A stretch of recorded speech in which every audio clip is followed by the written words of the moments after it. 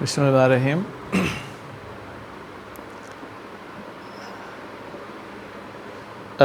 आज का topic electric power and power dissipation in resistor. First करें कोई कंडक्टर है,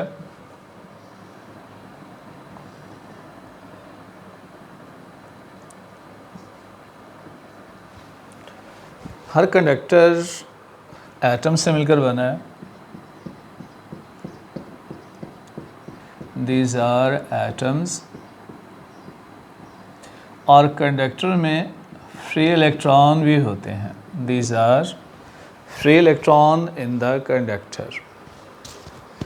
जब आप इस कंडक्टर को पोटेंशियल डिफरेंस किसी बैटरी से कनेक्ट करते हैं, पोटेंशियल डिफरेंस V दे दिया, तो ये इलेक्ट्रॉन मूव करेंगे। ये जो पॉजिटिव पोटेंशियल है ये इलेक्ट्रॉन को खींचेगा, उन पे वर्क करेगा और उन्हें एनर्जी प्रोवाइड करेगा। तो बैटरी का काम इलेक्ट्रॉन को एनर्जी देना होता है ताकि वो मूव करें। लेकिन इलेक्ट्रॉन के रास्ते में रुकावट है। रुकावट क्या है? ये एटम्स हैं। तो जब इलेक्ट्रॉन मूव करेंगे अपने रास्ते में आने वाले एटम के साथ कोलाइड करते हैं, टकराते हैं। इस कोलाइजन के नतीजे में इलेक्ट्रॉन की कुछ ना कुछ पावर ज़ाया हो जाती है। फ़र्ज़ करें इलेक्ट्रॉन की पावर यहाँ 10 वाट थी। जब वो इस एंड पर पहुँचे, कोलाइड करते करते उनकी पावर कम हो गई, जस्ट 3 वाट बच गई। गोया रेजिस्टेंस में कितनी पावर ज़ाया हो गई है? 7 वाट। तो वो पावर जो रेजिस्टर में ज़ाया होती है उसे पावर डेसिपेशन कहते हैं। अब अगर आप चाहते हैं कि सर्किट में कांस्टेंट करंट फ्लो करे तो बैटरी उतनी पावर प्रोवाइड करे जितनी रेजिस्टर में ज़ाया हो जाती है। तो जो बैटरी पावर प्रोवाइड करती है उसे इलेक्ट्रिक पावर कहते हैं। Power provided with the battery, provided by the battery is known as electric power, and the power which is dissipated, which is lost in the resistor by electron is called power dissipation. तो current को maintain रखने के लिए लाजमी है कि electric power supplied by the battery should be equal to power dissipated in the circuit. जितनी power dissipate हो रही है अगर बैटरी उतनी पावर दोबारा प्रोवाइड करती रहे तो करंट मेंटेन रखा जा सकता है। तो ये इलेक्ट्रॉन जब बैटरी में से गुजरेंगे तो बैटरी उनको दोबारा उतनी पावर सप्लाई कर देगी जितनी पावर वो डेसिपेट कर चुके। So if power supplied by the battery, electric power is equal to power dissipated, then current can be maintained in the circuit. अगर मैं इसे कंडक्टर को रेजिस्टेंस की फॉर्म में लिखूं,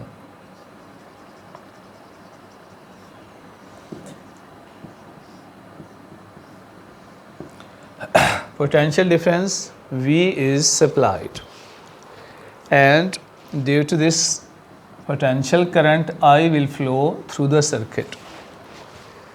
अब जो हमने बैटरी सप्लाई की, बैटरी का काम क्या होता है? इलेक्ट्रॉन को एनर्जी प्रोवाइड करना, इलेक्ट्रॉन पे वर्क करना। ये पॉजिटिव पोटेंशियल अट्रैक्ट करता है इलेक्ट्रॉन को। हमें पता है इलेक्ट्रिक पोटेंशियल बराबर है वर्क पर यूनिट चार्ज। फ़र्ज़ करें डेल्टा Q चार्ज फ्लो कर रहे हैं इस सर्किट में जिनकी वजह से करंट है।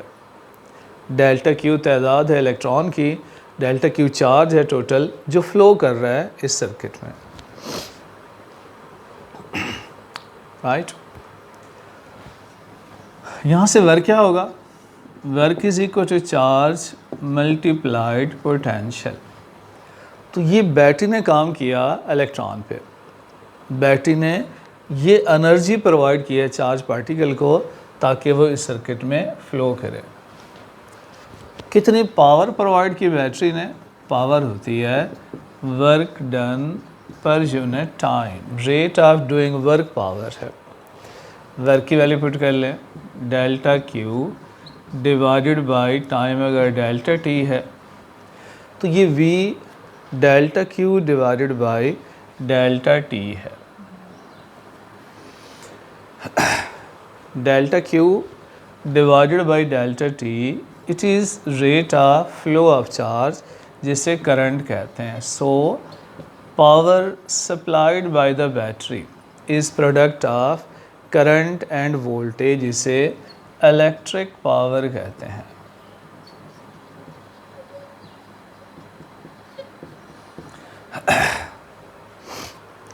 Power supplied by the battery is equal to product of V and I. Now resistance में कितनी पावर डेसिपेट होती है?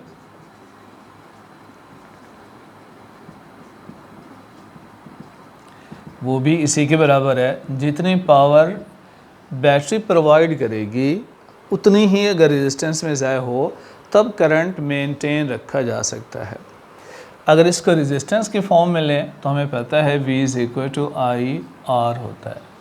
इस इक्वेशन में पुट कर लें, V की जगह I R multiply I that is I square R. तो एक पावर की इक्वेशन ये भी है। ये इक्वेशन 1 है, ये इक्वेशन 2 है। अब इस इक्वेशन में अगर करंट की वैल्यू मालूम करें ओहम लॉ में तो करंट बराबर होता है V डिवाइडेड बाय रेजिस्टेंस। इस इक्वेशन में अब करंट की वैल्यू पुट करें तो पावर की एक और फॉर्म आ गई, power is equal to V I. V को V ही रहने दें, करंट की जगह V ओवर R पुट कर लें तो पावर का एक और फार्मूला बन गया V square divided by R। तो ये भी पावर डेसिपेशन है। तो जो रेजिस्टेंस की फॉर्म में है इन्हें हम जनरली लेते हैं, these are power dissipated in the resistor, और ये है electric power supplied by the battery. ये जो पावर डेसिपेट हुई है ये कहाँ चली गई, किस फॉर्म में कन्वर्ट हो जाती है, ये पावर कहाँ ज़ाय हुई है? जिस सर्किट में, जिस रजिस्टर में इलेक्ट्रिक करंट फ्लो कर रहा होता है, अगर वो उस वायर को, उस तार को, उस कंडक्टर को हाथ लगाए तो गर्म हो जाती है। गोया करंट किसी भी सर्किट में, रजिस्टर में हीट पैदा करता है। गोया जो पावर डेसिपेट हुई है, ज़ाय हुई है, it will appear in the form of heat. कितनी हीट डेसिपेशन होगी? हीट के लिए क्या फार्मूला है? पावर बराबर है वर्क डिवाइडेड बाय टाइम।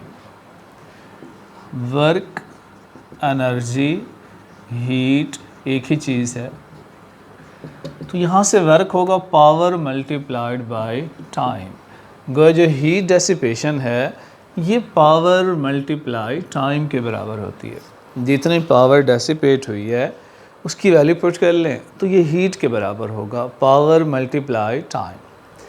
तो 3 फार्मूले हमने लिखे, V I multiply T, I square R multiply T, V square over R multiply T. तो हीट के 3 फार्मूले बन गए। इसे जाउल हीटिंग भी कहते हैं। ये जो हीटिंग इफेक्ट ऑफ करंट है ये हमने पढ़ा था। It is utilized in electric iron, it is used in electric heater. Heater बनाने में, आयरन बनाने में हम हीटिंग इफेक्ट ऑफ करंट ही इस्तेमाल करते हैं कि करंट जब भी किसी सर्किट में फ़्लो करेगा तो वहाँ हीट पैदा करता है।